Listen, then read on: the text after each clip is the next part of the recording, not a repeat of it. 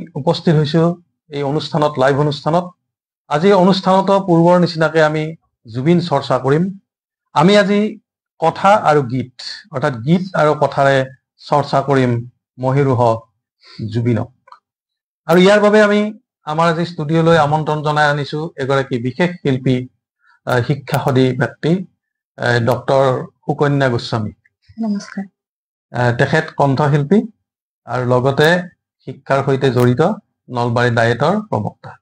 মই তেওঁক আমাৰ অনুষ্ঠানলৈ স্বাগতম জনাইছো। ধন্যবাদ। আটাইকে নমস্কাৰ জনাইছো।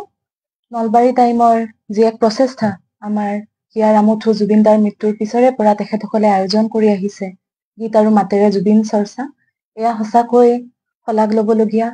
আৰু এই চেগতে মই নলবাৰী টাইমৰ সমূহ কৰ্মকৰ্তালৈ মোৰ অন্তঃস্থলীৰ পৰা ধন্যবাদ, কৃতজ্ঞতা জ্ঞাপন কৰিছো। লগতে আপোনালোকৰ এই মঞ্চৰ পৰাই মই পুনৰবাৰ আমাৰ হিয়াৰ আমঠু শ্ৰদ্ধাৰ শিল্পী ভূপেন হাজৰিকা দেৱলৈ শ্ৰদ্ধাঞ্জলি নিবেদিছো। ধন্যবাদ। আপুনি নিশ্চয় আমাৰ এই অনুষ্ঠান চাইছে আগতে? হয় হয়, মই চাওঁ। আমি আমাৰ এই অনুষ্ঠানত এনেকুৱা কথাটো যে এটা অপ্ৰত্যাশিত ঘটনা ঘটিছে অসমত। আগতে নোহোৱা নোপোজা ঘটনা। যি ঘটনা ঘটিছে ইয়াৰ সাক্ষী হোৱা নাছিল অসমীয়া। এই ঘটনা অতিশয় কৰুণ ঘটনা, সমগ্ৰ অসমীয়া জাতিক বেদনাহত কৰিব পৰা এটা ঘটনা।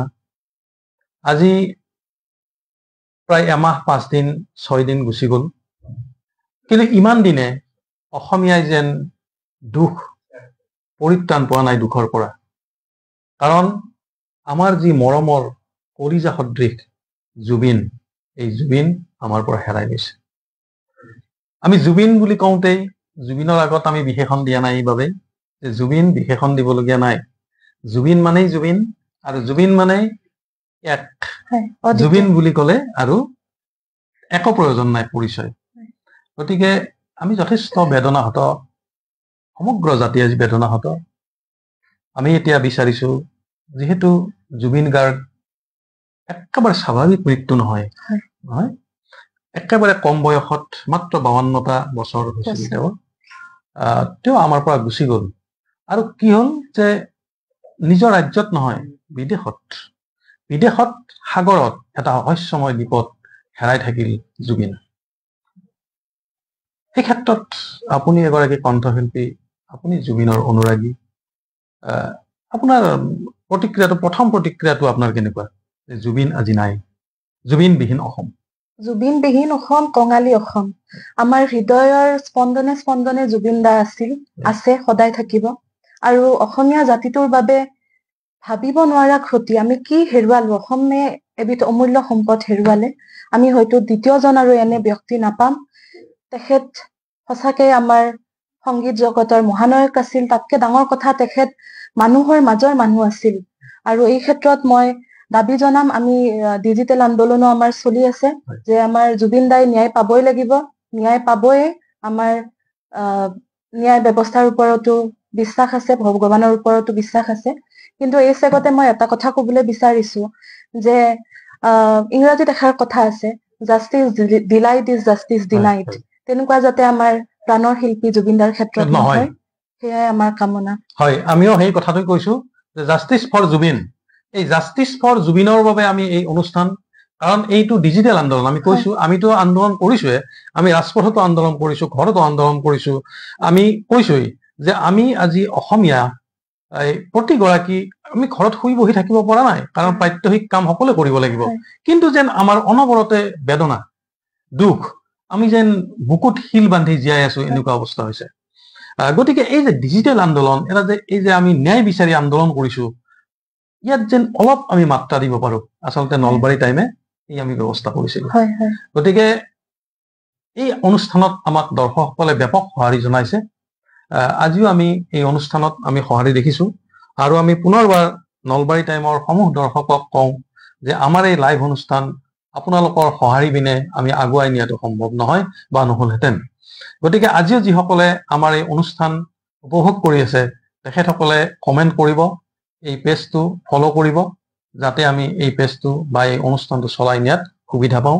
আৰু আপোনালোকৰ যদি কিবা পৰামৰ্শ থাকে, সেই পৰামৰ্শ আমাৰ কমেণ্টত আপোনালোকে জনাব পাৰিব। ঠিক আছে, আমি কথাখিনি পাতিলো বা জুবিনবিহীন অসমত আজি কেনে অৱস্থা হৈছে আমি সেইটো কলো। আমাক যে ন্যায় লাগিব সেই কথাটোও কলো।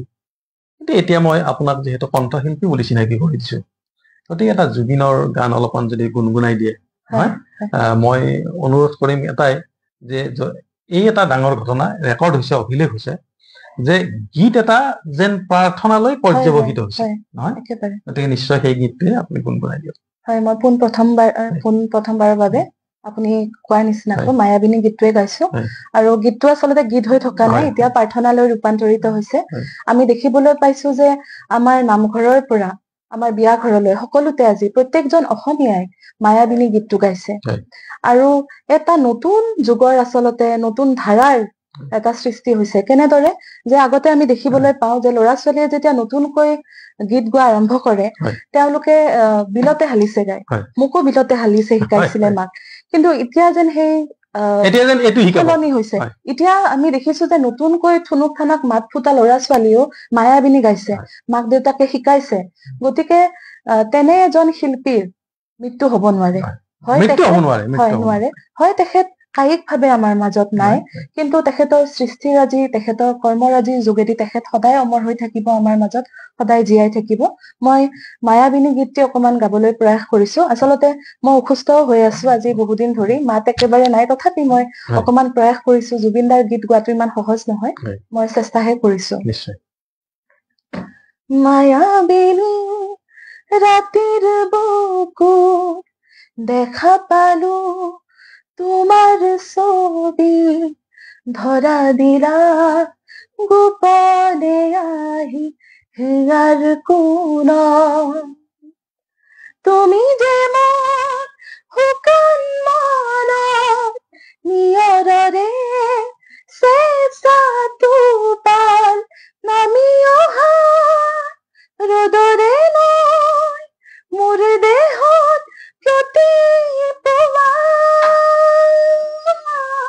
ধুমুহাৰ সতে মোৰ বহু যুগৰে নাচোন, এন্ধাৰো সঁচা মোৰ বহু দিনৰে আপোন, নিজানৰ গান মোৰ শেষ হব ভাবো তোমাৰ বুকু।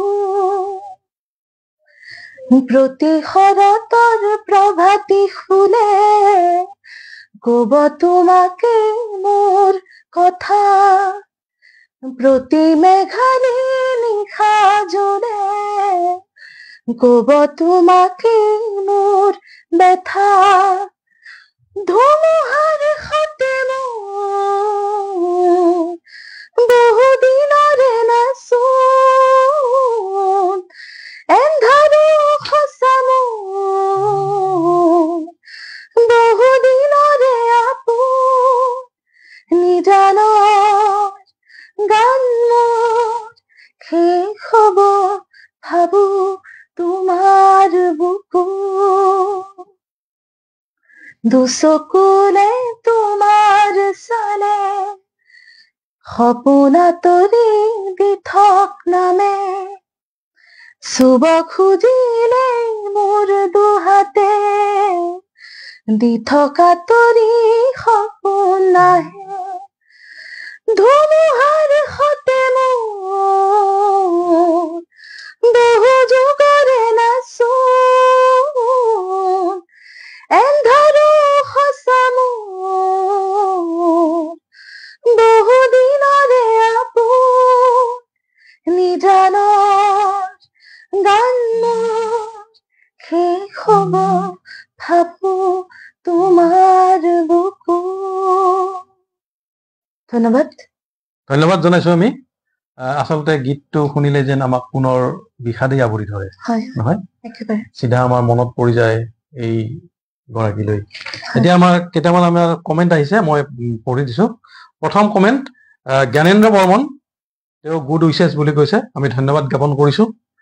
শ্বাহ আলম আহমেদ, তেওঁ লিখিছে, নলবাৰী টাইমৰ এইটো ভাল অনুষ্ঠান, প্ৰতিটো সন্ধিয়া জুবিন চৰ্চা কৰি আহিছে। আজিৰ অতিথি ডক্টৰ সুকন্যা গোস্বামী এগৰাকী ভাল কণ্ঠশিল্পী। শিল্পীগৰাকীৰ পৰা জুবিন দাৰ বিষয়ে বহু কথা জানিব পাৰিম। জয় জুবিন দা, আমাক ন্যায় লাগিবই। ধন্যবাদ শ্বাহ আলম।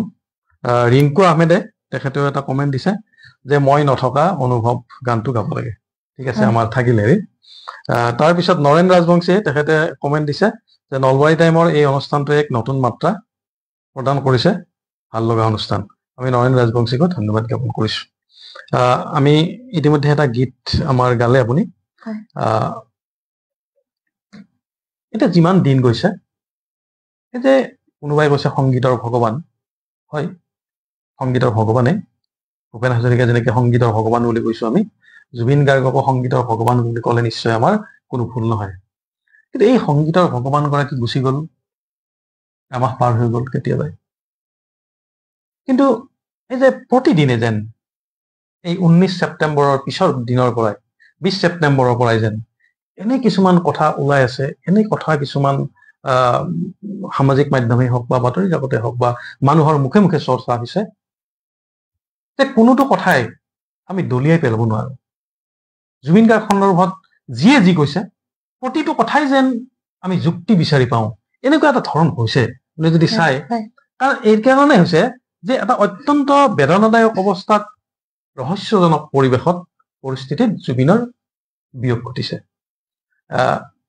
আৰু জুবিনৰ বিয়োগৰ সময়ত অৰ্থাৎ যিসকলে জুবিনৰ মৃত্যু যন্ত্ৰণাও দেখিছিল, সেই সময়ত লগত আছিল, আশ্চৰ্যজনকভাৱে বা অত্যন্ত দুৰ্ভাগ্যজনকভাৱে এই লগত থকা আটাইখিনি অসমীয়া, এইটো ডাঙৰ বিষয় এটা। যদিও বিদেশত মৰিছে 15-16 জন, আটাইখিনি অসমীয়া, অৰ্থাৎ অসমীয়াৰ ওচৰতে, অসমীয়াৰ সন্মুখতে আজি জুবিনৰ দৰে এটা ৰত্ন হেৰাই থাকিল। কোনে তেওঁক বচাব নোৱাৰিলে।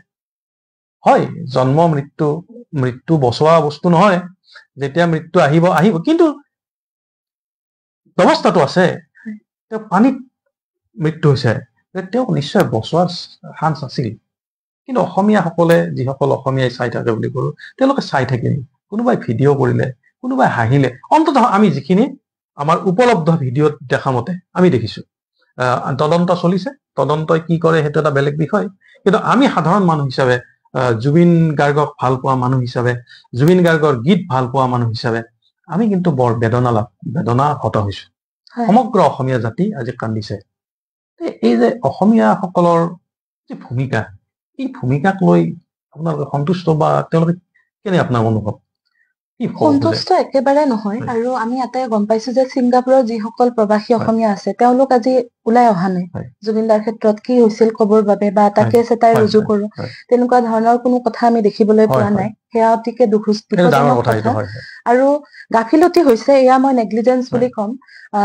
আমাৰ চিটৰ যি চাৰ্জশ্বিট দিব তাতে ওলাব গোটেইখিনি কথা। মই মাৰ্ডাৰ এলিমেন্ট তাত আছে নাই মই কবলৈ নাযাওঁ, কিন্তু ডাঙৰ কথাটো হ'ল নেগলিজেন্স হৈছে। কাৰণ আমি আটাই জানো যে জুবিন দা কিছু বছৰ ধৰি তেখেত অসুস্থ হৈ আছিল। তেখেতৰ চিজাৰ এটেক আহিছিলে দুবাৰো। গতিকে আমি জানো যে চিজাৰ হোৱা মানুহক সদায় জুই আৰু পানীৰ পৰা দূৰত ৰাখিব লাগে। তেনেস্থলত জুবিন দা দুবাৰকৈ সাগৰত নামিলে, আৰু দ্বিতীয়বাৰ যেতিয়া তেখেত নামিছিল তেতিয়া তেখেতৰ লাইফ জেকেটো নাছিলে। গতিকে এই ক্ষেত্ৰত যেন তেখেতৰ ভিডিঅ' সমূহত আমি দেখা পাইছো যেন উচতনিহে দিছিল, তেখেতক বাধা দিয়া আমি দেখা নাপালো। গতিকে এই ক্ষেত্ৰত ইয়াতকে আৰু দুখৰ কথা একো হব নোৱাৰে। আমাৰ মাজত যেতিয়া ভূপেন দা নাছিল, তেতিয়া জুবিন দা আছিলে আমাৰ মাজত। কিন্তু আজি হোৱাট নেক্সট? আমি সঁচাকে অসমীয়া জাতিটো অভিভাৱকহীন হৈ পৰিলো। গতিকে কি কম, ভাষা নাই আচলতে। আমিতো আৰু জুবিনক সৃষ্টি কৰিব নোৱাৰো, হেৰাই গল, সদায় গল। আমাৰ অন্তৰত থাকিব, আমাৰ আত্মাত থাকিব, কিন্তু এই যে মানুহজনক আমি নাপাওঁ। স্বাভাৱিক কথা। আজি 80 বছৰ হৈ 90 ভূপেন দা ঢুকাইছে, একদম পৰিপূৰ্ণ বয়সত লৈকে আছে। তাৰপিছত বাৰ্ধক্যজনিত কাৰণত তেওঁৰ মৃত্যু ঘটিছে। এইটোতো আমাৰ খুব দুখ আছে, ক্ষোভ নাই, কিন্তু এইটো আমাৰ ক্ষোভ থাকি গল নহয়। আমি হেৰুৱালো নহয়। আমি যেন তেওঁক জীয়াব পাৰিলো হয়, কিন্তু নহল, এইটো তেওঁৰ নহল। তেখেত জীয়াই থাকিলে আমি অসমীয়া আৰু বহুত কিবা কিবি পাৰিলো হয়। বহুত কিবা কিবি ৰৈ গল ইমান কম বয়সতে। আৰু তেখেতে কিমান সৃষ্টি কৰি গল। 40,000ৰো অধিক গীত তেখেতে গাইছে ইমান কম বয়সত, ইমান কম সময়ত। গতিকে ক'বলৈ ভাষা নাই বৰ আচলতে দুখজনক, বৰ যথেষ্ট দুখজনক। নেগলিজেঞ্চ হৈছে আৰু যিজন তেখেতৰ মেনেজাৰ মেনেজাৰ সিদ্ধাৰ্থ শৰ্মা তেখেতৰ যথেষ্ট কৰণীয় তেওঁ আছিল। অৱহেলা কৰিব নালাগিছিল, অৱহেলা কৰিলে তেখেত নিজে বিনোদনত ব্যস্ত হৈ থাকিল। কাৰণ জুবিন থকা বাবেহে তেওঁ মেনেজাৰ, হয় হয় নহয়? হয় হয় এতিয়া জুবিনে নাই, তেওঁ ক'ত মেনেজাৰ হ'ব, হয়। কাৰ লগত মেনেজাৰী কৰিব? হয়। গতিকে এই কথাবিলাক তেওঁলোকে ভাবিব লাগিছিল, নহয়? আৰু যিটো অনুষ্ঠানে তেখেতক নিমন্ত্ৰণ কৰি নিছিল তেওঁলোকৰ দায়িত্ব তেওঁলোকৰো আছিল, দায়িত্ব দায়িত্ব আছিল। আছিল, দায়িত্ব এনেকুৱা আছিল। নহয় যে আন তেওঁক ৰখা শিল্পীৰ কেনেকে নিচিনা ৰাখিব, ক'ত ৰাখিব, হয়, নহয়? হয়। অৱহেলাটো কৰিব নালাগিছিল। আন শিল্পীৰ নিচিনা নহয় নহয় জুবিনদাৰ নহয় নহয় ক্ষেত্ৰত হ'ব নহয়, তেওঁ নালাগিছিল। এনে আচলতে নিবই নালাগিছিল। হয় আমি যদি চাওঁ জুবিন গাৰ্গ বহুদিন ধৰি অসুখীয়া, সময়ে সময়ে তেওঁ হস্পিটেলত থাকিব লাগে, ডাক্তৰৰ উপদেশ মানিব লাগে, কিন্তু তেওঁক লৈ যোৱা হ'ল সুদূৰ ছিংগাপুৰলৈ। আচলতে নিবই নালাগিছিল। নিবই নালাগিছিল। আৰু নিচেই যেতিয়া তেওঁক সম্পূৰ্ণৰূপে কেয়াৰ লৈ উম, তেওঁক ৰাখিব লাগিছিল, কিন্তু সেই একো কৰা নহ'ল। একো নহয় অৰ্থাৎ জুবিন গাৰ্গৰ প্ৰতি যে সম্পূৰ্ণ অৱহেলা কৰা হৈছে, এইটো ঠিকেই জানিবলৈ কোনো তদন্ত আয়োগৰ প্ৰয়োজন নালাগে নাই। নালাগে। আমি সাধাৰণভাৱে এই কথাটো ক'ব পাৰো। যি লগত নহওক, এটা টাৰ্ম আছে ৰেছ হয়, ইপছা আলনা হয়, বুলি হয়, যে থিংছ স্পীক ইটছেল্ফ। হয়, হয়। গতিকে ঘটনাই হ'ব, কি কৈছে, হৈছে হয়। আৰু কৈছে অলৰেডি। আমাৰ কেইবাটাও আৰু কমেণ্ট আহিছে, আমি পাঠ কৰিছো। ৰীনা দেৱী তেখেতে লিখিছে, বহুত ভাল হৈছে অনুষ্ঠানটো। আমি ৰীনা দেৱীক ধন্যবাদ জ্ঞাপন কৰিছো। প্ৰণৱ তালুকদাৰ তেখেতেও এটা কমেণ্ট দিছে যে নলবাৰীবাসীৰ বাবে নলবাৰী টাইমৰ এই অনুষ্ঠানটো জুবিনদাৰ বাবে প্ৰকৃত শ্ৰদ্ধাঞ্জলি বুলি ভাবো। নলবাৰী টাইমৰ দীৰ্ঘায়ু কামনা কৰিলো। জয় জুবিনদা। প্ৰণৱ তালুকদাৰক আমি অশেষ ধন্যবাদ জ্ঞাপন কৰিছো। নিশ্চিতভাৱে সেয়া হয় যে আমি জুবিন গাৰ্গৰ প্ৰতি শ্ৰদ্ধাঞ্জলি জ্ঞাপন কৰিছো আৰু জুবিন গাৰ্গৰ ন্যায়ৰ দাবীত যি আন্দোলন সংগঠিত হৈছে স্বতঃস্ফূৰ্তভাৱে, এই আন্দোলনৰ কাৰণে কোনোৱে নেতৃত্ব দিব লগা হোৱা নাই। স্বতঃস্ফূৰ্তভাৱে জুবিনক ভাল পোৱা মানুহখিনি ওলাই আহিছে। সেই আন্দোলনত আমি একেবাৰে হাজাৰ লাখ ভাগৰ এভাগো যদি আমি অৰিহণা যোগাব পাৰো, আমাৰ এই অনুষ্ঠানটোৰ সাৰ্থকতা আহিব। তাৰপিছত নীলকণ্ঠ স্বৰ্গীয়াৰী তেওঁ লিখিছে, congratulation ma'ams, best wishes from Nalbari, DIET student, ডায়েটৰ ষ্টুডেণ্ট, আপোনাৰ ষ্টুডেণ্ট চাগে। হয়। তাৰপিছত ৰোহিণী শৰ্মা তেওঁ লিখিছে, শিল্পীগৰাকীৰ সাক্ষাৎকাৰটি ভাল লাগিল। ৰাতুল শইকীয়া কৈছে good. Muktar Hussain Saikia, justice for Zubeen Garg. হয়, আমিও কৈছো জাষ্টিছ ফৰ জুবিন গাৰ্গ। আমি সকলোকে ধন্যবাদ জ্ঞাপন কৰিছো। প্ৰণৱ জ্যোতি কলিতাই এটা কমেণ্ট দিছে যে সুন্দৰ অনুষ্ঠান, প্ৰাণৰ শিল্পীগৰাকীৰ জুবিন গাৰ্গৰ মৃত্যুৰ তদন্ত সন্দৰ্ভত নৱপ্ৰজন্মৰ এগৰাকী কণ্ঠশিল্পী হিচাপে আপোনাৰ মন্তব্য। নিশ্চিতভাৱে এই মন্তব্যটো আমি কৰি থাকিব আপুনি। আমি প্ৰণৱ জ্যোতি কলিতাকো ধন্যবাদ জ্ঞাপন কৰিছো। মমতাজ আহমেদ তেওঁ আমাৰ কমেণ্ট কৰিছে, দাদা জুবিন দাৰ জাষ্টিছ লাগিবই। নিশ্চিতভাৱে আমিও তাকেই বিচাৰিছো। সুভাষ শৰ্মা তেওঁ লৈছে লং লাইফ নলবাৰী টাইম। আমি প্ৰতিগৰাকীলে কমেণ্ট দিওঁতালৈ আমি ধন্যবাদ জ্ঞাপন কৰিছো আৰু আমি পুনৰ মূল অনুষ্ঠানলৈ আমি আহিছো। হয়, আমি জুবিন গাৰ্গৰ এই মৃত্যু সন্দৰ্ভত ইতিমধ্যে তদন্ত আয়োগ গঠন হৈছে, SIT গঠন হৈছে, CIDয়ে তদন্ত কৰিছে। তেওঁলোকে তদন্ত কৰিব, নিশ্চিতভাৱে কৰিব, এটা ব্যৱস্থাৰ মাজত আছো। আৰু সেই তদন্তৰ ওপৰত নিৰ্ভৰ কৰি আদালতে ন্যায় দিব। কিন্তু এইখিনিক বাদ দিও আমি সাধাৰণ মানুহে আজিও কিয় তাৰ মানে জুবিন গাৰ্গৰ প্ৰতি যে এটা অন্যায় হৈছে, সমগ্ৰ জাতিয়ে আজি এই কথাটো উপলব্ধি কৰিছে।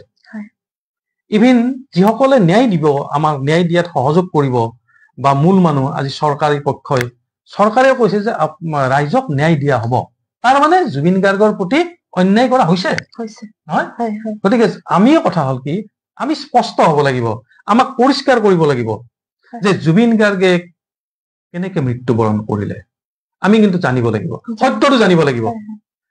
কোন দোষী ওলাই তাৰ কি শাস্তি হয়, এইটো আমাৰ প্ৰচলিত, আমি এটা ব্যৱস্থাত আছো যেতিয়া আমি প্ৰচলিত ব্যৱস্থাক বিশ্বাস কৰিবই লাগিব আৰু প্ৰচলিত আইনে এই শাস্তিৰ বিধান দিব। কিন্তু আমি জানিব লাগিব পৰিষ্কাৰকে ঘটনাটো, সত্যটো আমি জানিব লাগিব। আচলতে জুবিন গাৰ্গৰ লগত কি হৈছিল, কি ঘটিছিল সেই ছিংগাপুৰৰ সাগৰত, এই কথাটো আমি দাবী কৰিছো। আমি বাৰে বাৰে ন্যায় দাবী কৰিছো যে জাষ্টিছ ফৰ জুবিন, আৰু হয়তো ন্যায় কথাটো তেনেকুৱাই। যি নহওক, আমি কথা আৰু পাতিম। এতিয়া আপুনি এটা কওক, জুবিন গাৰ্গৰ দুষাৰিমান গালে আমি ভাল পাওঁ, আমাৰ দৰ্শকে ভাল পাব। জুবিনদাৰ এটি অসাধাৰণ সৃষ্টি, তেখেতে নিজে লিখা আৰু সুৰ কৰা গীত এটি। মই অসাধাৰণ বুলি এইকাৰণে কৈছো যে গীতটিত আমাৰ দুখৰ দিনত আমি যেতিয়া হতাগ্ৰস্ত হওঁ আমাক আগুৱাই যোৱাৰ কথা কৈছে এই হয়। গীতটিত হয়। আমাক যুঁজ দি যোৱাৰ কথা কৈছে যে আমি যে আশাৰ শলিতা গছি শলিতা, সদায় জ্বলাই ৰাখিব লাগে তাকে কৈছে এই গীতটিয়ে গতিকে এই তাৰমানে গীতটিয়ে জুবিন গাৰ্গৰ গীতত আচলতে নোহোৱা কথা একো নাছিল একো নাই নহয়। সকলোখিনি বিষয়বস্তু তাৰমানে আমি সামৰি লৈ এই কথাতে তেখেতে এই অনুষ্ঠানতে আমি বিভিন্ন সময়ত কৈছো যে জুবিন গাৰ্গৰ গীতত কি নাই। উম, জুবিন গাৰ্গৰ গীতত প্ৰেম আছে হয়। নহয়, জুবিন গাৰ্গৰ গীতত বিৰহ আছে, সুখ আছে, দুখ আছে, সমাজ জুবিন চেতনা গাৰ্গৰ আছে গীতত প্ৰতিবাদ আছে, জুবিন গাৰ্গৰ গীতত বিদ্ৰোহ আছে, জুবিন গাৰ্গৰ কণ্ঠ হেজাৰ হেজাৰ ডেকা যুৱক যুৱতীৰ জীয়াই থকাৰ যেন মন্ত্ৰ। হয়। গতিকে জুবিন গাৰ্গৰ কি নাই এইটোহে ডাঙৰ কথা। গতিকে জুবিন গাৰ্গৰ সকলো আছে, প্ৰকৃতিক লৈও তেখেতে প্ৰকৃতিটো প্ৰেম আছে, ৰচনা কৰিছিলে গতিকে এই সকলো আৰু কি গোৱা নাই। হয়। বৰগীত নাম মানে বনগীত, উম, বৰগীত, আনকি হোলী গীত হয়। কি গোৱা নাই, আধুনিক গীত অত্যাধুনিক গীত কি গোৱা নাই। হয়, হয়, গতিকে আমি আৰু বৰ দুৰ্ভগীয়া জাতি। হয়। আজি 52 বছৰত এগৰাকী এনেকুৱা শিল্পীক আমি হেৰুৱাবলগীয়া হোৱাটো আমি যেন বৰ দুৰ্ভগীয়া জাতি হয়। এনেকুৱা হৈছে। গতিকে এই দুৰ্ভগীয়া জাতি হলেও আমি কিন্তু ন্যায় আজুৰিম, হয়। অৰ্থাৎ আমি প্ৰকৃত সত্য জানিব লাগিব। এইটো আমি বাৰে বাৰে দাবী কৰি আছো আৰু নলবাৰী টাইমৰ এই অনুষ্ঠান আমি আকৌ কৈছো যে যিসকল দৰ্শক নলবাৰী টাইমৰ এই অনুষ্ঠানৰ সৈতে এইমাত্ৰ সংযোগ হৈছে মই প্ৰতিগৰাকীকে কৈছো যে এইটো আমাৰ এটা লাইভ অনুষ্ঠান আৰু আপোনালোকে আমাৰ এই ডিজিটেল পেজটো ফলো কৰি দিব, আমাৰ অনুষ্ঠানটো শ্বেয়াৰ কৰি দিব আৰু যাতে অধিক দৰ্শকে এইটো উপভোগ কৰাৰ সুবিধা পায়। ধন্যবাদ। আৰম্ভ কৰোঁ। জোৰা কলা জাৰৰ নিশা মোৰ থৈ হেতাহে তেৰি জোৰা কলা জাৰৰ নিশা মোৰ থৈ হেতাহে তেৰি গনি গনি আঙুলিৰ মূৰত আছে কিমান চকুৰ পানী সুখৰ চিকুণ মণি মই ভাগৰ নাই জীৱন হেৰুওৱা নাই মই ভাগৰ নাই জীৱন হেৰুওৱা নাই জোনাক কলা জাৰৰ নিশা মোৰ থৈ হেতাহে তেলি গলি গলি প্ৰতিদিনে পলে পলে জীৱন গলে কত বিচাৰিবি কৰুণাৰ হাত কত বিচাৰিবি কৰুণাৰ হাত বিচাৰি ফুৰিম প্ৰতিদিন মই ভাগৰ নাই জীৱন হেৰুওৱা নাই মৰম চেনেহ তেনে তাকত মিলি তোমাৰ চকুৰ বাখত পোহৰাবনে আহি খিৰিকী মুখত খাজত তৰাতি হৈ মই ভাগৰ নাই জীৱন হেৰুওৱা নাই জোনাক গলা জাৰৰ নিশা মোৰ থৈ হেতাহে তেলি গনি গনি আঙুলিৰ মূৰত আছে কিমান চকুৰ পানী সুখৰ চিকুণ মণি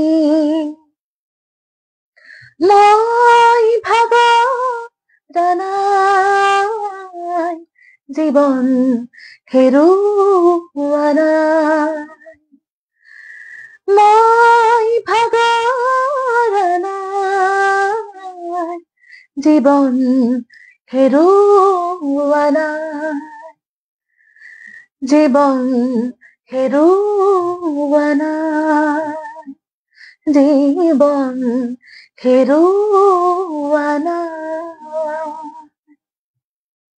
ভাগৰা নাছিল সঁচাই সঁচা সেইবাবেই তেওঁ অসুখীয়া স্বত্তেও ছিংগাপুৰৰ সাগৰলৈ গৈছিল আৰু হেৰুৱা নাই নহয়, আমাৰ অন্তৰত আছেতো, নেহেৰাই কেতিয়াও নেহেৰাই, হেৰাব নোৱাৰে। কেতিয়াও নেহেৰাই। অন্ততঃ অসমীয়া জাতিৰ কোনো মানুহৰ অন্তৰৰ পৰা বহু বছৰলৈ হয়। জুবিন জীয়াই থাকিব, অন্তৰত থাকিব। যি নহওক, আমাৰ কেইবাটাও কমেণ্ট আছে আৰু আমি পঢ়িছো।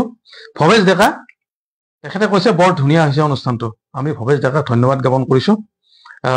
মাইনু বেজবৰুৱা তেখেতে কৈছে সুন্দৰ অনুষ্ঠান, ধন্যবাদ।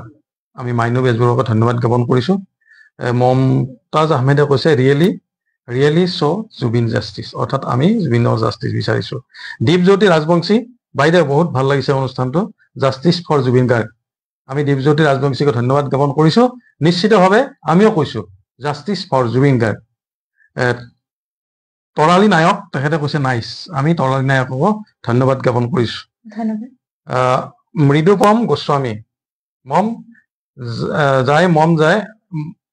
যায় জুবিন দাৰ মন যায় গীতটো কথা গাই দিয়া। কৈছে চাগে, মন হয় যায় হয়, শুভকামনা, গুড উইচেছ, ধন্যবাদ জ্ঞাপন কৰিছো। আমি নিশ্চয় কৈছো তেখেতক। বাইদেউ অনুষ্ঠানটো বহুত ভাল লাগিছে, প্ৰণৱ বৈশ্য তেখেতে কৈছে।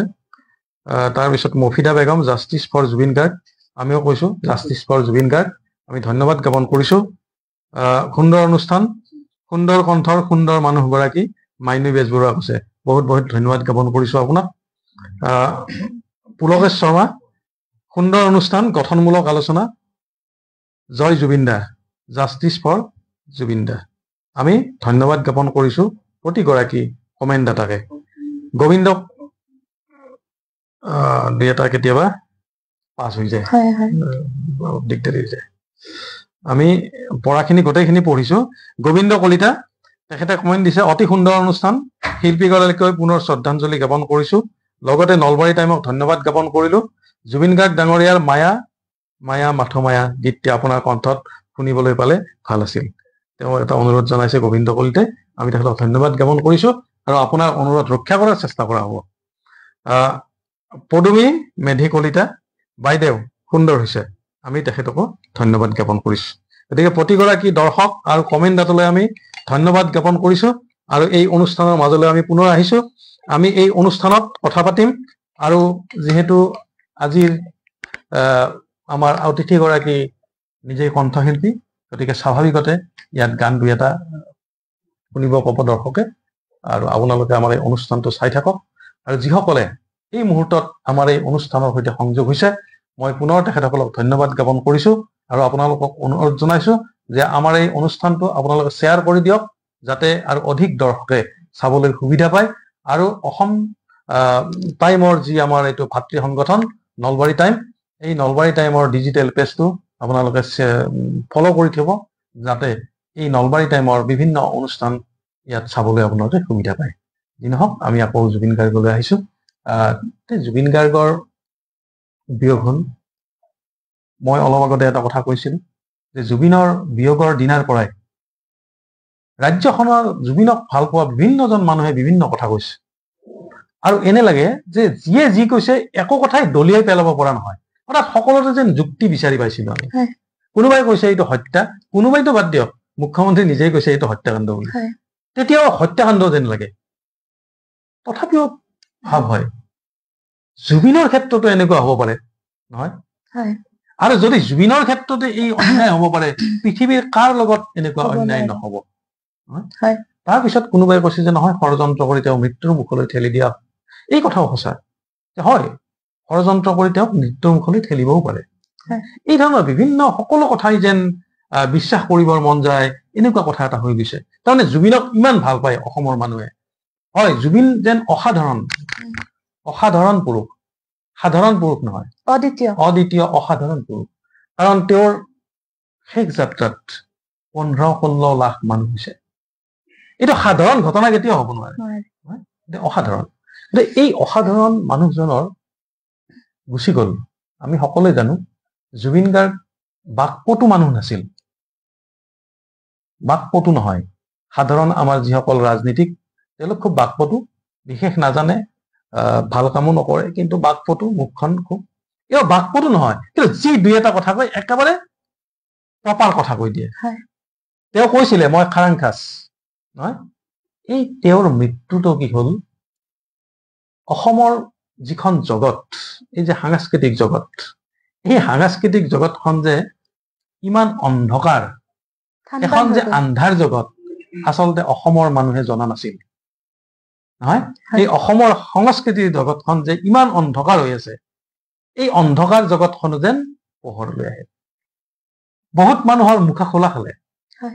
গতিকে এতিয়া আইনে যি শাস্তি দিয়ে দিব বেলেগ কথা, কিন্তু বহুতৰ যেন অসমৰ শাস্তি হৈ গ'ল। অন্ততঃ তেওঁলোকৰ মুখাবোৰ খোল খাই গ'ল সাধাৰণ মানুহৰ মাজত। তেওঁলোকৰ চৰিত্ৰ, তেওঁলোকৰ কাম, তেওঁলোকৰ কথা, তেওঁলোকৰ উদ্দেশ্য, এই সকলোবিলাক যেন জল জল পট পটকৈ সাধাৰণ মানুহৰ সন্মুখত ধৰা দিলে, ওলাই পৰিল। তেওঁলোকে আৰু মুখা পিন্ধি থাকিব নোৱাৰে, এইটো হয়। তাৰপিছত মই আপুনিও যুৱ প্ৰজন্মৰ শিল্পী এটা কথা সুধিম যে জুবিন গাৰ্গ জীয়াই থাকোতে, আজি আমি যি ধৰণে হয়, বিভিন্নজনে কৈছে যে জীৱিত জুবিন গাৰ্গতকৈ মৃত জুবিন গাৰ্গ অধিক শক্তিশালী নহয়। জুবিন গাৰ্গক যিসকলে ভয় কৰিছিল জীৱিত জুবিন গাৰ্গ গৰাকীক, এতিয়া যেন মৃত জুবিন গাৰ্গ গৰাকীক বেছি ভয় কৰা আছে নহয়। আৰু কোনোবাই হয়, মানুহক মানুহে সমালোচনা কৰিব, ডাঙৰ কথা নহয়। জুবিন গাৰ্গক কোনোবাই সমালোচনা কৰিব পাৰে, ডাঙৰ কথা নহয়। বেয়া কথা এটা দেখিলে মানুহে যিকোনো মানুহকে সমালোচনা কৰে, কিন্তু জুবিন গাৰ্গক যে ইমান ভাল পায় মৃত্যুৰ পিছত প্ৰমাণ হৈ বেছিকে ওলাই পৰিল নহয়। কিন্তু জীয়াই থাকোতে আমি জুবিন গাৰ্গক নুবুজিলো নে আমাক বুজিব দিয়া নহল, আপুনি কি কব এইটো? আপুনি এগৰাকী শিক্ষক হিচাপে, শিল্পী হিচাপে কি কব? নুবুজা নহয়, আচলতে আমি বুজিছিলো, কিন্তু সময়ে সময়ে তেখেতক সমালোচনাও কৰা হৈছিল তেখেতৰ কিছুমান কথাৰ কাৰণে। কাৰণ তেখেত খোলা সদায়, তেখেতৰ স্বভাৱগতভাৱে তেখেত শিশু সুলভ এজন ব্যক্তি। গতিকে তেখেতৰ মনত যিটো তেওঁ শুদ্ধ বুলি ভাবে সেই কথাখিনি তেওঁক কৈ দিয়ে। গতিকে তাৰ বাবে সমালোচনাৰো সন্মুখীন হৈছিল, কিন্তু মৃত্যুৰ পিছত সেইবোৰ নাইকিয়া হৈ গৈছে। এতিয়া আৰু সেইবোৰ ধৰি নাথাকেও। আৰু এতিয়া সকলোৱে মানে কেতিয়াবা সমালোচনা কৰা ব্যক্তিজনেও হয়তো ৰিগ্ৰেট কৰিছে যে কিয় এনেকে কৈছিলো জুবিন দাক। আৰু তেখেতৰ ক্ষেত্ৰত মই এটা কথা কবলৈ বিচাৰিম এই চেগতে, যে জুবিন দাৰ এটা ডাঙৰ কথা হৈছে যে তেখেত লোকেল হৈও গ্লবেল, আৰু গ্লবেল হৈও লোকেল। তেখেতক মই সেই ৱাৰ্ডছৱাৰ্থৰ স্কাইলাৰ্ক চৰাইটোৰ নিচিনা, চৰাইটোৰ লগত তুলনা কৰিম। কিয় যে তেখেত আকাশত উৰিও নিজৰ সজা, নিজৰ বাসটো কেতিয়াও পাহৰি যোৱা নাই। তেখেতে ইচ্ছা কৰিলে বম্বেত গৈ পেলাই এষ্টাব্লিছ হব পাৰিলেহেঁতেন, তাত তেওঁ থাকিব পাৰিলে হয়, কিন্তু তেখেতে সদায় তেখেতক অসমৰ প্ৰতি যি তেখেতৰ প্ৰেম, সেই সদায় তেওঁক টানি লৈ আনিলে। সদায় তেওঁৰ ইচ্ছা আছিল যে অসমবাসীৰ কাৰণে, অসমখনৰ কাৰণে কিবা এটা কৰি যাব পাৰে যেন। গতিকে তেখেত অসমতে থাকি গল।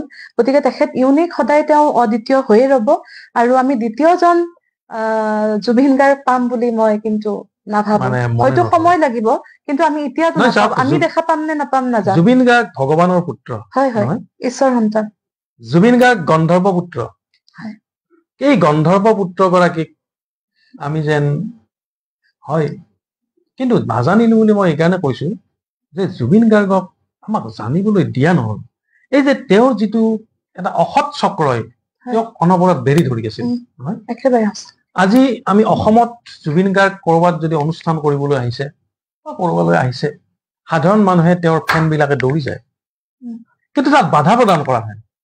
জুবিন গাৰ্গৰ ওচৰলৈ যাবলৈ দিয়া নহয়। জুবিন গাৰ্গক মানে কি, মল্লযোদ্ধাও থাকে, চিকিউৰিটিও থাকে, মেনেজাৰো থাকে, তাৰমানে আমাক যাব নিদিয়ে, কাকো যাব নিদিয়ে। কিন্তু বিদেশত গুচি গল অকলে, তাত কি কৰিলে, বাধা কিয় নিদিলে, সাগৰত যাওঁতে। এইবিলাক ৰহস্যজনক কথা নহয় জানো? একেবাৰে এইবিলাকে আমাক মন্ত্ৰত বৰ দুখ দিছে যে জুবিন আচলতে গুচি যাব লগা মানুহ নাছিল। গতিকে এই কথাবিলাকে আমাক যেন খুলি খুলি খাইছে আজি জুবিনক ভাল পোৱা মানুহে। আৰু সেইবাবে হয়তো আজি মানুহ ক্ষোভিত হৈছে, খঙাল হৈছে, হয় বহু হ'বই। ক্ষেত্ৰত খঙাল হৈছে। কিন্তু আমি বাৰে বাৰে কৈছো, আমি অনুষ্ঠানৰ জৰিয়তে কৈছো যে আমি এটা কথা প্ৰমাণ কৰি দিব লাগিব যে হিংসাতকৈ অহিংসা বেছি শক্তিশালী। অৰ্থাৎ অহিংস পন্থাৰে আমি এই যি জুবিনৰ যি ৰহস্যজনক মৃত্যু, ইয়াক ৰহস্য হৈ থাকিব দিব নোৱাৰো। এইটো পৰিষ্কাৰ হ'ব লাগিব। আমি সত্যটো জানিব লাগিব অসমীয়াই, জুবিনৰ লগত কি ঘটনা ঘটিল, জুবিন কেনেকে হেৰাই গ'ল আমাৰ মাজৰ পৰা। এই সত্যটো কিন্তু আমি জানিব লাগিব। যি নহওক, মই আৰু কেইবাটাও কমেণ্ট আছে, মই এইকেইটা পাঠ কৰি দিছো। নিকি শৰ্মা, তেওঁ লিখিছে, ভাল লাগিল, নলবাৰী টাইম জিন্দাবাদ। আমি ধন্যবাদ জ্ঞাপন কৰিছো। পংকজ পল্লৱ শৰ্মা, ভাল লাগিল দেও, সুকন্যাক বহুদিনৰ মূৰত দেখিলো, শুভেচ্ছা জনালো, জাষ্টিছ ফৰ জুবিন গাৰ্গ। আমি সন্মানীয় পংকজ পল্লৱ শৰ্মাক ধন্যবাদ জ্ঞাপন কৰিছো। তেখেতে আমাৰ অনুষ্ঠানটো চোৱাৰ বাবে দুবাৰ ধন্যবাদ জ্ঞাপন কৰিছো। অতুল তালুকদাৰ, তেখেতে আমাৰ অনুষ্ঠান চাইছে আৰু কৈছে জাষ্টিছ ফৰ জুবিন গাৰ্গ। হয়, আমিও জাষ্টিছ বিচাৰিছো জুবিন গাৰ্গক। সমৰ ৰাজবংশী, তেখেতে কৈছে নাইচ প্ৰগ্ৰেম, নলবাৰী টাইম জিন্দাবাদ। আমি প্ৰতিগৰাকীকে আমাৰ অনুষ্ঠানত কমেণ্ট কৰা বা আমাৰ অনুষ্ঠান চাই থকা প্ৰতিগৰাকী দৰ্শকক আমি ধন্যবাদ জ্ঞাপন কৰিছো। আমি আমাৰ অনুষ্ঠান আগবঢ়াই লৈ যাম। আৰু আমি অনুষ্ঠানৰ মাজে মাজে আগতে কৈছো যে আমাৰ অতিথিগৰাকী আজি যিহেতু এগৰাকী ভাল কণ্ঠশিল্পী, তেখেতে গীত গাইছে। অৱশ্যে আমাৰ ইয়াত বাদ্যসংগত কৰা হোৱা নাই। নকৰিলেও এটা কথা আছে যে গড় নবন্ধাকে যিয়ে যুঁজ কৰে সেয়াহে বোলে প্ৰকৃত যোদ্ধা, নহয়? গতিকে বাদ্য নোহোৱাকে যিয়ে ধুনীয়াকে গীত গাইছে তেওঁই প্ৰকৃত গায়ক। গতিকে আমাৰ বাইদেউ বৰ ধুনীয়াকে গীত গাইছে, দৰ্শকসকলে ভাল পোৱা বুলি ইতিমধ্যে বিভিন্ন কমেণ্ট যোগে আমি গম পাইছো। যিয়ে নহওক, এইবাৰ কোনটো গীত শুনাব? হয়, জুবিন দাৰ প্ৰথম এলবাম অনামিকা এলবামখনৰ এটি গীত, যথেষ্ট জনপ্ৰিয় গীত এটি, মোৰো খুব ভাল লাগে। সেই গীতটি মই অকমান গুণগুণাই দিছো। নিশ্চয়। মনৰ নিজানা জোনাক আছিলে, তোমাৰ মৰমৰ সুবাসনি লৈ হঠাতে শুকালে পোহৰৰ ফুলনি, নীলিমাৰ মাজতো নাথাকা যে তুমি, নাহিবা বেদনা হৈ বুকু ভৰা। মনৰ নিজানা জোনাক আছিলে, তোমাৰ মৰমৰ সুবাসনি লৈ হৃদয়ে আবেগ নোৱাৰে সহিব, চকুলো বাগৰে নীৰৱে, কিমান সাৱতি নোপোৱাৰ সপোন, বুকুৰ মেৰে সজোৱা দুখৰ তৰা হৈ, নাচাবা চকুলে মোৰ ওৰে নিশা। মনৰ নিজানা জোনাক আছিলে, তোমাৰ মৰমৰ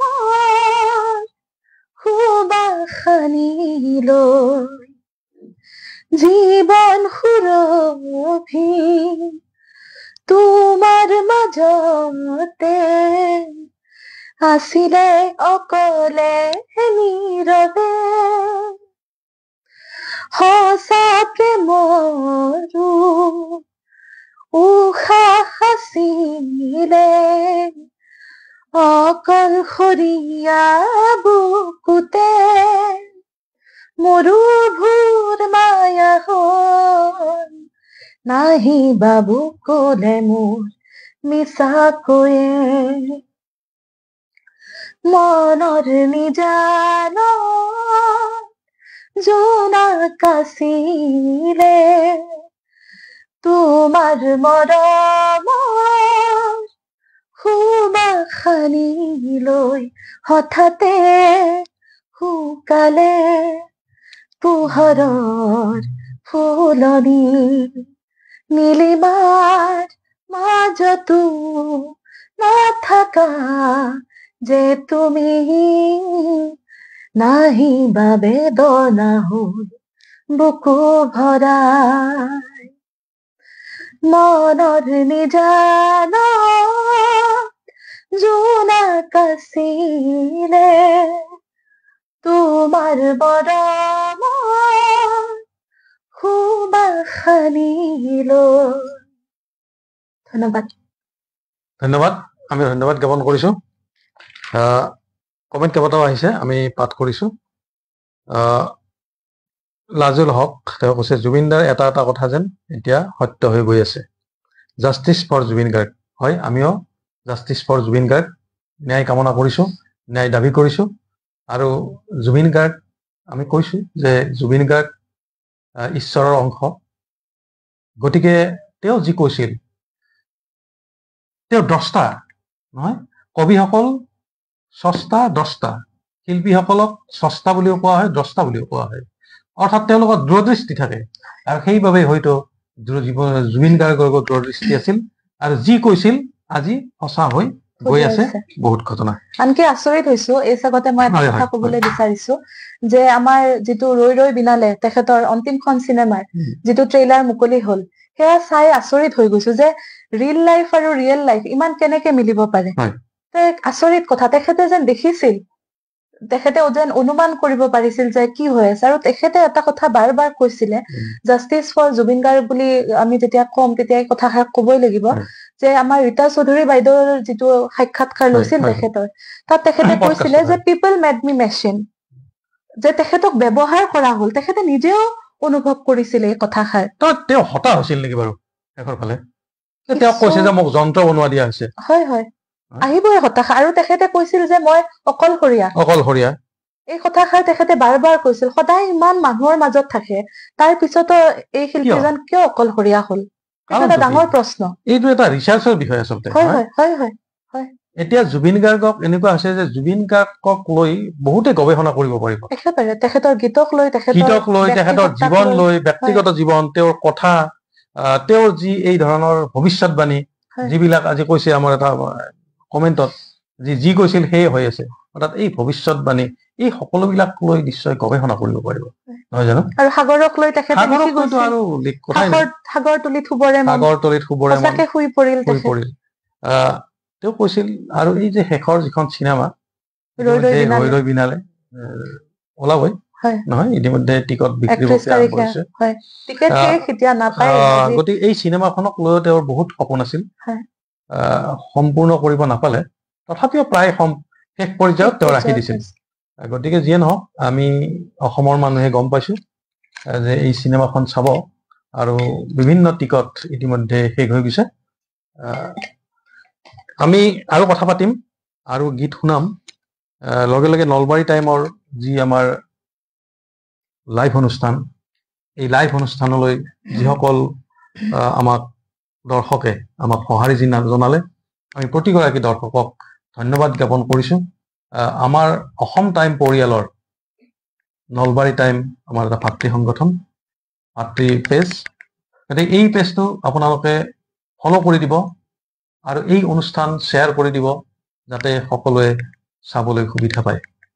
কাৰণ আমি এই কথা জানো যে কোনো কোনো দৰ্শক এই মুহূৰ্তত সংযোগ হ'ব পাৰে। তেওঁলোকৰ জ্ঞাতাৰ্থে আমি জনাওঁ যে আমাৰ এই নলবাৰী টাইমৰ যি লাইভ অনুষ্ঠান, এই লাইভ অনুষ্ঠানত সদ্যহতে আমাৰ জুবিন গাৰ্গৰ বিয়োগৰ পিছৰ পৰাই জুবিন চৰ্চা হৈছে। আৰু এই জুবিন চৰ্চা আমি কথাৰে কৰিছো, কেতিয়াবা কথা আৰু গীতেৰে কৰিছো। আৰু মূলতঃ ইয়াৰ কাৰণ হ'ল, আমি কৈছো আগতে, বিভিন্ন সময়ত কলো যে জুবিন গাৰ্গক লৈ যি কথাই কৈছে সকলো কথাই যেন প্ৰাসংগিক। গতিকে এই ধৰণৰ বিভিন্ন প্ৰাসংগিক কথা আমি ইয়াত পাতিছো। ইয়াত দৰ্শকসকলকো আমি ভাগ লোৱাৰ সুবিধা কৰি দিছো, আৰু সেইবাবে আমি যিবিলাক কমেণ্ট ইয়াত আহিছে, এই কমেণ্ট বিলাক আমি আচলতে পাঠ কৰি দিছো। উদ্দেশ্য কিন্তু এইটোৱে যে তেখেতসকলেও যাতে আমাৰ লগত সংযোগ হ'ব পাৰে, আমাৰ লগত সহযোগ কৰিব পাৰে।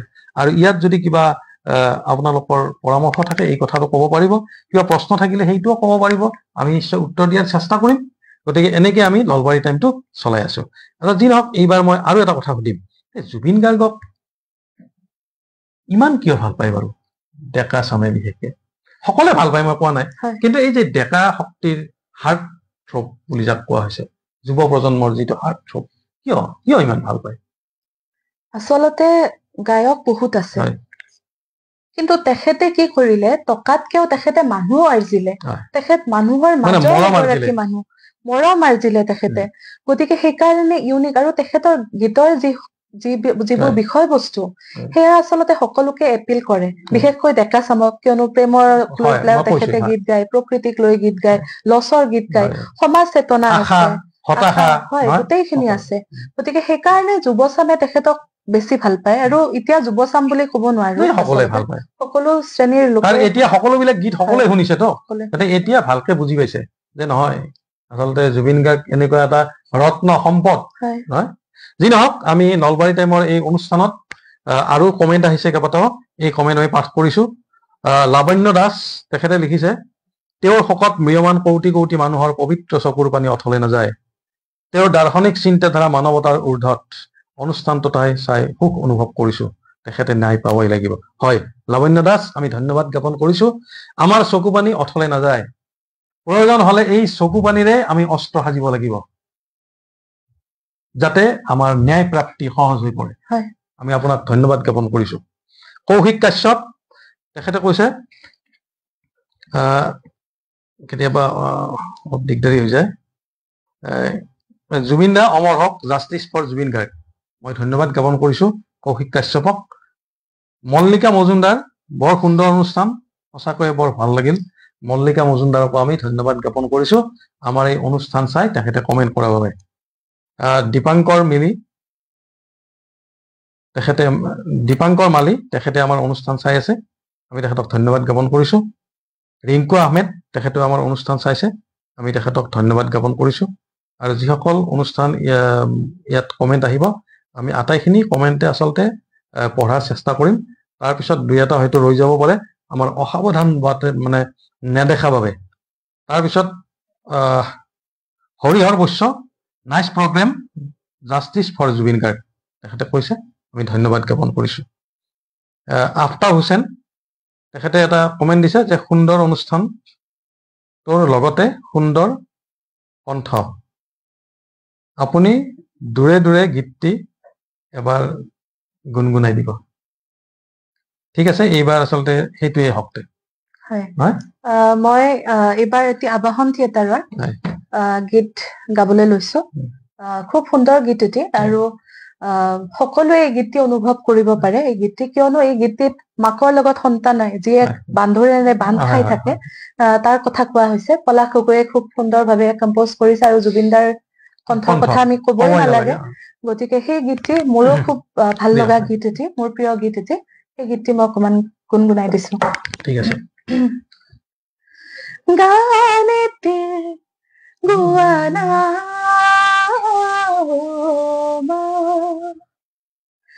হাত বুলাই দিয়া না সপোন হেৰালে কেনিবা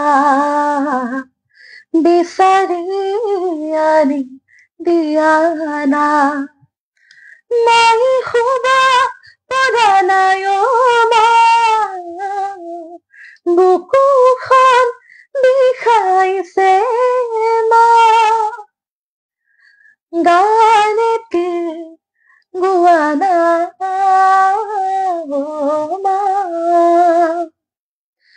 কোনেনো দিব মুচি মোৰ চকু পানী, কোনেনো কবহি তেজি মলাৰ কাহিনী, মোৰ ভোক লগা নাই মা, তুমি আহি খুৱাই দিয়া না, তোমাক নপুয়াৰ যাতনা এবাৰ কাষলে আহানা মহি শুবা পৰা নাই মা বুকুখন বিষাইছে মা গান এটি গোৱা নাই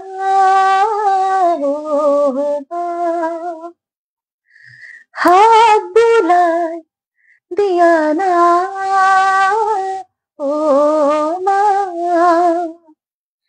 কেনেনো হেৰাই গ'ল চেনেহৰে মুখনি কতেনো লুকাই ৰল সোণ বৰণীয়া হাঁহিটি মই বিচাৰি আছো মা তোমাক জ্বলোৱা জুইকুৰা মই দৌৰি ফুৰিছো জানা দিবলে তোমাৰ বতৰা মই শুবা পৰা নাই মা বুকুখন বিষাইছে মা গান এটি গোৱা নাই মা হাত বুলাই দিয়া না মা সপোন হেৰালে কেনিবা বিচাৰি আনি দিয়া না মই শুবা পৰা নাই মা বুকুখন বিষাইছে মা গান এটি গোৱা নাই মা হাত বুলাই দিয়া না মা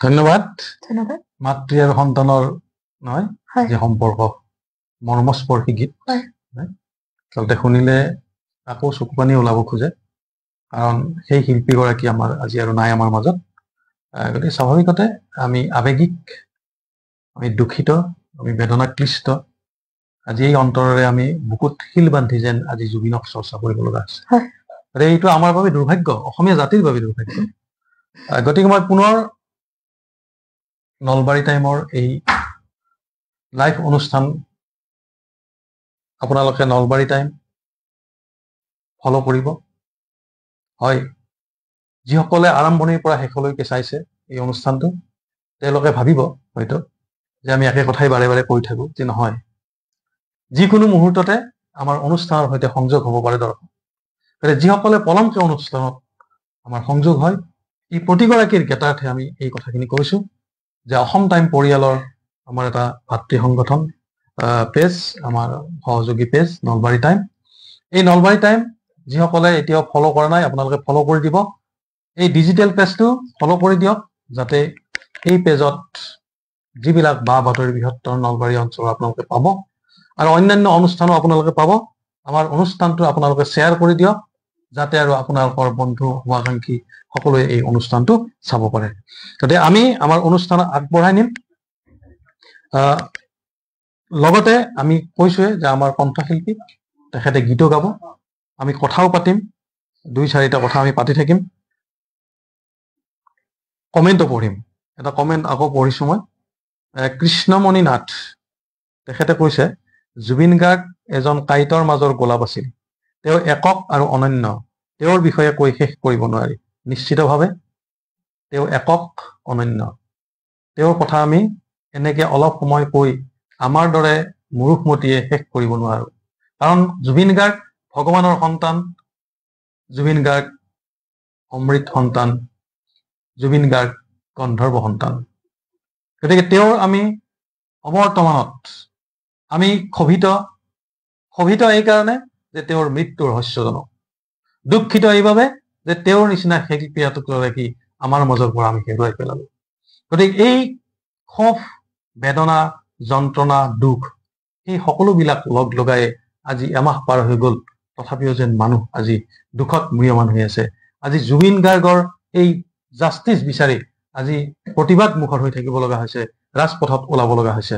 গতিকে অসমীয়া জাতিৰ বাবে কিন্তু এই কথাবিলাকো দুৰ্ভাগ্যজনক। আৰু যদি জুবিন গাৰ্গৰ মৃত্যুৰ ৰহস্য সদায়ৰ বাবে যদি ৰহস্য হৈ যায়, সেয়া হ'ব আৰু অসমীয়া জাতিৰ বাবে দুৰ্ভাগ্য। মানে কিমান কি যে অসমীয়া জাতি, আৰু তেতিয়া অসমীয়া জাতি বুলি মানুহে হাঁহিব, বেলেগে হাঁহিব অসমীয়া জাতি, যে তোমালোকৰ ৰত্ন তোমালোকে হেৰুৱালা। হেৰুৱাৰ সময়ত 15-16 জন তোমালোকৰ মানুহে আছিল, গতিকে অসমীয়াক এনেও হাঁহিছে। গতিকে এই ৰহস্য যদি সদায়ৰ বাবে ৰহস্য হৈ যায়, আৰু যেন আমাক পৃথিৱীয়ে হাঁহিব। গতিকে মই সকলোকে আৰু ইয়াৰ পৰাই আহ্বান জনাইছো, আমাৰ এই মঞ্চৰ পৰাই, যে আমাৰ যিসকল কৰ্তৃপক্ষ, যিসকলে আমাক ন্যায় ব্যৱস্থাটো বা ন্যায় দিয়াৰ ক্ষেত্ৰত সহযোগ কৰিব পাৰে, চৰকাৰে পাৰে, আৰক্ষীয়ে পাৰে, প্ৰশাসনে পাৰে, তেওঁলোকে যিমান পাৰে কৰক, যাতে ঘটনাটো পৰিষ্কাৰ হয়, আমি সত্যটো জানিব পাৰো। আপোনালোকে যি তাৰ ক্ষেত্ৰত সেই ক্ষেত্ৰত দোষী হয়, তেওঁ শাস্তি দিয়ক, শাস্তিৰ বিধান যি হয় দিয়ক প্ৰচলিত আইন মতে, কিন্তু ঘটনাটো পৰিষ্কাৰ হ'ব লাগিব, নহয়? যি নহওক, আপুনি এগৰাকী শিক্ষক, দায়িত্বৰ শিক্ষক, প্ৰবক্তা, কণ্ঠশিল্পী। আপুনি এই যে বিচাৰ প্ৰক্ৰিয়া, জুবিন গাৰ্গৰ যি ৰহস্যজনক মৃত্যু, বিচাৰ প্ৰক্ৰিয়া এটা চলিছে, নহয়? তদন্ত প্ৰক্ৰিয়া এটা চলিছে। এই তদন্ত প্ৰক্ৰিয়াত আপুনি সন্তুষ্ট নে? সন্তুষ্ট আচলতে হ'ব পৰা নাই। এইকাৰণে পৰা নাই কাৰণ অকমান যে লেহেমীয়া গতিত আগবাঢ়িছে তেনেকুৱা লাগিছে। আৰু ইমান দিন আচলতে নালাগিছিল, যদিও অকমান সময় লাগে, কিন্তু ইতিমধ্যে মাৰাথান জেৰা তেওঁলোকে চলাই আছে। মই বিশ্বাসী যে আমি ন্যায় পাম, কিন্তু মই আগতে এষাৰ কথা কৈছিলো যে justice delayed is justice denied. সেইটো হ'ব নালাগে। আমি জুবিন দাই ন্যায় পাবই লাগিব। প্ৰতিজন অসমীয়াৰ আকুল আহ্বান সেয়া। গতিকে তেনে হ'ব নালাগে। চৰকাৰৰ যথেষ্ট কৰণীয় আছে, তেওঁলোকে কৰিছে, কিন্তু আৰু যেন কৰণীয় আছে, তেনেকুৱা আমাৰ ভাৱ হৈছে। যি নহওক, আৰু কেইবাটান কমেণ্ট আহিছে, মই পাঠ কৰিছো। হৰিশ তালুকদাৰ, তেখেতে আমাৰ অনুষ্ঠান চাই আছে আৰু কৈছে, সুন্দৰ অনুষ্ঠান চাই আছো, দুয়োজনকে আন্তৰিক অভিনন্দন জনালো, আমাৰ জুবিন অমৰ হওক। আমি হৰিশ দাক ধন্যবাদ জ্ঞাপন কৰিছো। ভৱেশ ৰাজ, তেখেতে কৈছে, সঁচাকে বাইদেউ ছাৰ, আমাৰ এটা কণ্ঠ নোহোৱা হ'ল। আমি ধন্যবাদ জ্ঞাপন কৰিছো আপোনাকো। ভৱেশ ৰাজ, আমি অসম শেষ কৰি দিম, এই ধৰণৰ কথা নকব। আমি ক্ষোভ বুজিছো, নহয়? ক্ষোভ আমি আপোনালোকৰ বুজিছো। মই আগতে কৈছো এই কথাটো, যে আপোনালোকে যি কয় আমি তাকেই প্ৰাসংগিক যেন। আপোনালোকৰ ক্ষোভ আমি বুজিছো, কিন্তু এই প্ৰমাণ কৰাৰ সময় যে হিংসাতকে অহিংসা অধিক শক্তিশালী, সেই কথা প্ৰমাণ কৰাৰ সময় এই যেন। গতিকে আমি অহিংসা নীতিৰে আমি লাগি থাকিম, যে জাষ্টিচ ফৰ জুবিন, জুবিনৰ লগত কি হৈছিল আমি এই সত্য কথা জানিব লাগিব। যি হওক, আমি ধন্যবাদ জ্ঞাপন কৰিছো যিসকলে ইয়াত কমেণ্ট দিছে। মই সকলোৰে কমেণ্ট পঢ়াৰ চেষ্টা কৰিছো। কেতিয়াবা যান্ত্ৰিক কথা, কেতিয়াবা দুই এটা পাৰ হৈ যায়, নোৱাৰো। তথাপিও মই যিসকলে ইয়াত কমেণ্ট দিছে, মই প্ৰতিগৰাকীকে পুনৰ ধন্যবাদ জ্ঞাপন কৰিছো। আৰু আমাৰ এই অনুষ্ঠান আমি প্ৰায় শেষ পৰ্যায়ত উপনীত হৈছে। আমাৰ দৰ্শকসকলে নিশ্চয় আৰু জুবিন গাৰ্গৰ এটা গীত শুনিব বিচাৰিব, মই অনুৰোধ জনাইছো।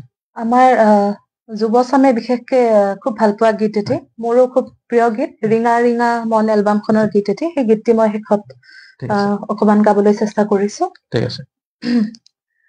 ভুলতো নাচাবা তুমি, নামাৰিবা মিঠা হাঁহি, নেলাগে তোমাৰ মৰমকে, নেলাগে তোমাৰ প্ৰেৰণাকে, থাকি অকলে অকলে পাৰি জীৱন সজাবলে।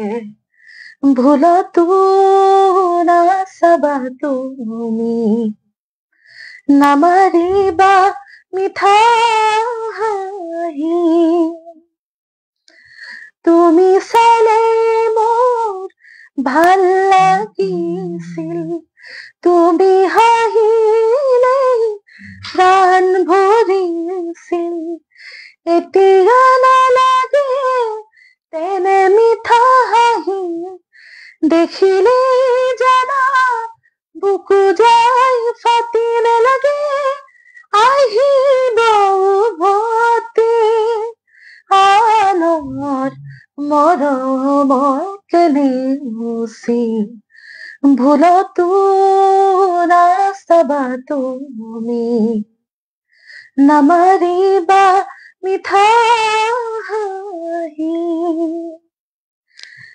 সিদিনা আছিলা হিয়াৰ লগৰী মৰম দিছিলা বুকু জাৰি নুবুজিলো কিয় গলা তৰি চিঙিব হাৰিব আশাৰ পাপৰি নালাগে আহিব উভতি নালাগে আহিব উভতি আনৰ মৰমকে নেওচি ভুলতো নাচাবা তুমি নামাৰিবা মিঠা হাঁহি নেলাগে তোমাৰ প্ৰেৰণাকে নেলাগে তোমাৰ